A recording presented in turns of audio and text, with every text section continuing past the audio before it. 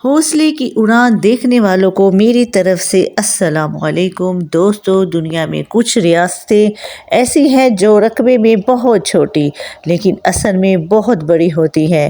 یہ ریاست نہ صرف عالمی سیاست پر اثر انداز ہوتی ہے بلکہ معیشت، ٹیکنالوجی اور جنگی حکمت عملی سے بھی دنیا کے بڑے ممالک کے برابر کھڑی نظر آتی ہیں۔ آج ہم بات کریں گے ایک ایسی ہی ریاست کی جس کا نام ہے اسرائیل۔ اسرائیل مشرق وسطیٰ میں بحیرہ روم کے کنارے واقع ہے۔ اس کے ارد گرد فلسطین، لبنان، شام اور مصر جیسے ممالک ہیں۔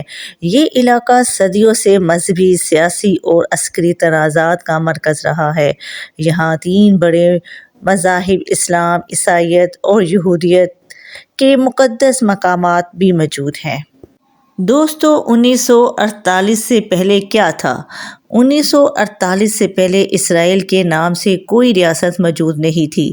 یہ علاقہ فلسطین کہلاتا تھا اور یہاں مسلمان، عیسائی اور یہودی اکٹھے رہتے تھے۔ پہلی اور دوسری عالمی جنگ کے بعد عالمی طاقتوں نے اس خطے کی سرحدوں میں تبدیلیاں کی۔ بالآخر 1948 میں اسرائیل کے قیام کا اعلان کیا گیا، جس کے بعد خطے میں مستقل کشیدگی شروع ہو گئی۔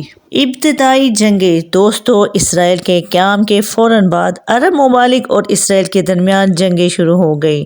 1948، 1967 اور 1973 کی جنگوں نے پورے مشرق وسطیٰ کو بدل کر رکھ دیا۔ ان جنگوں کے نتیجے میں فلسطینی مسئلہ دنیا کے سب سے بڑا تنازع بن گیا۔ آبادی اور معاشرہ۔ دوستو، آج اسرائیل کی آبادی تقریباً 1 کروڑ کے قریب ہے۔ اکثریت یہودیوں پر مشتمل ہے جبکہ عرب، مسلمان اور عیسائی بھی وہاں رہتے ہیں۔ یہاں کا معاشرہ نظم و ضبط، قانون اور ریاستی وفاداری پر بہت زور دیتا ہے۔ تعلیم اور ذہن سازی۔ دوستو، اسرائیل میں تعلیم کو ریڑھ کی ہڈی سمجھا جاتا ہے۔ بچوں کو بچپن ہی سے سوچنے، سوال کرنے اور تحقیق کرنے کی عادت ڈالی جاتی ہے۔ یہی وجہ ہے کہ یہاں سائنس، آئی ٹی اور میڈیکل کے شعبے بہت مضبوط ہیں۔ دنیا کی بڑی ٹیک کمپنیاں اپنے ریسرچ سینٹرز اسرائیل میں قائم کر چکی ہیں۔ ٹیکنالوجی میں مقام۔ دوستو، اسرائیل کو اسٹارٹ اپ نیشن کہا جاتا ہے۔ یہاں فی کس سب سے زیادہ اسٹارٹ اپس موجود ہیں۔